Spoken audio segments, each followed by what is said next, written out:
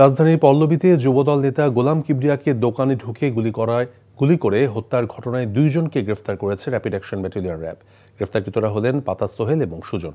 আজ রাজধানীর কারওয়ান বাজারে র্যাবের মিডিয়া সেন্টারের সংবাদ সম্মেলন করে একথা জানায় র্যাব 4-এর অধিনায়ক লেফটেন্যান্ট কর্নেল মোহাম্মদ মাহবুব আলম। আলোচিত এই খুনের ঘটনায় পুলিশের পাশাপাশি তদন্ত করে র্যাব।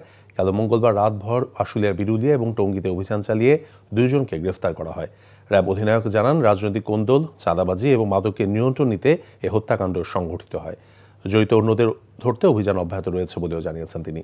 গেল সোমবার সন্ধ্যায় রাজধানী পল্লবীর একটি হার্ডওয়্যার দোকানে ঢুকে যুবদল নেতা গোলাম কিবরিয়াকে প্রকাশ্যে গুলি করে হত্যা করে কয়েকজন সন্ত্রাসী।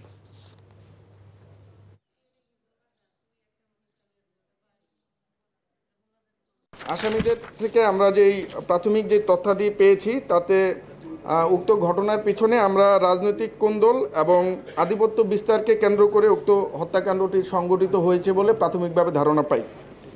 এছাড়াও তারা জানায় যে উক্ত হত্যাকাণ্ডটি সংগঠিত করার পিছনে একটি সুপরিকল্পিত পরিকল্পনা কাজ করে, যাতে একটি মোটা অঙ্কের অর্থ লেনদেন হয়।